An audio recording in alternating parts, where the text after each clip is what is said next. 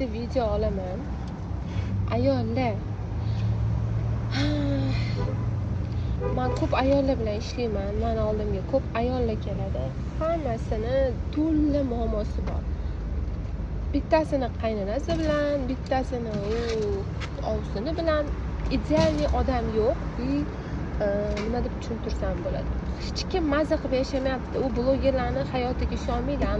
Internetda parich bo'lib yurgan, mashina olgan, narsa olgan, unaqa narsalarga ishonib, videoga ishonmanglar. Hozir bizda shunaqa bo'lib qoldi, tashqaridan ko'rayotgan videoda biz yashayapmiz. Ya'ni birovni hayotida yashayapmiz. Ular baxtli bo'lsa, biz o'zimizni shunaqa his qilamiz. Ular mashina olsa, biz shunaqa o'zimizni his qilamiz. Ya'ni o'zimizni aldab yashayapmiz hozirgi paytda.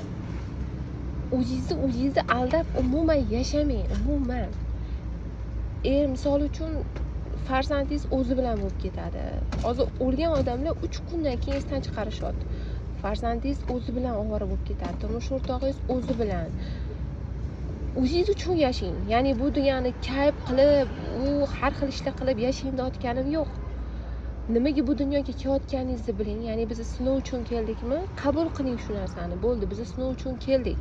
Bizda o'sha boshingizga tushayotgan sinovni ajrini ham beradi Alloh, xayrlisini ham beradi deb bo'ldi, tan oling o'sha sinovga.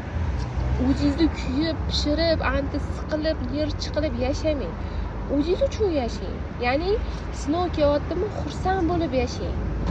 Nima muammo kelyaptimi, xursand bo'lib yashang. Qaynonangiz ham o'zi bilan o'zi bo'lib ketadi, farzandingiz ham, eri bilan ham. Ayollar nima bo'ladi? Kasal bo'ladi, o'zini o'zi yeydi. Nima kerak bor? Zarur что ли?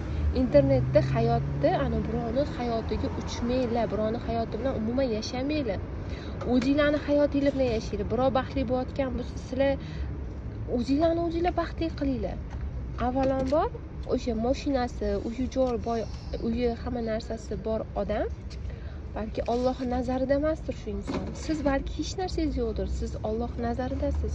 Siz o'sha baxtli inson hisoblanasiz. Hech narsangiz bo'lmasa ham qalbingiz xotirjammi? Bo'ldi, shu bilan mazza qiling. Bu dunyoga nimaga kelganingizni his qilib yashang, shuni o'zida mazza qilasiz. Ya'ni sinovmi? Bo'ldi, men uchun bu dunyo sinov ekan deb xursand bo'lib yashaysiz. Jannatda o'ylab yashang. Alloh sizni yaxshi ko'rishini his qilib yashang, shuni o'zi yetadi. Alloh yaxshi ko'rgani hamma narsani hammaga yetadi. Hamma narsangiz yetib ortib ketadi xursandchiligingizda. Nima kerak bor bandani vaqtinchalik yaxshi ko'rishi? Alloh yaxshi ko'ryaptimi, bo'ldi, shuni o'zi yetadi. Nima deydi? Soxta yaxshi ko'rgandan ko'ra Alloh muhabbati har doim chin bo'ladi. O'zingizlarni yaxshi ko'ringlar, bo'ldi.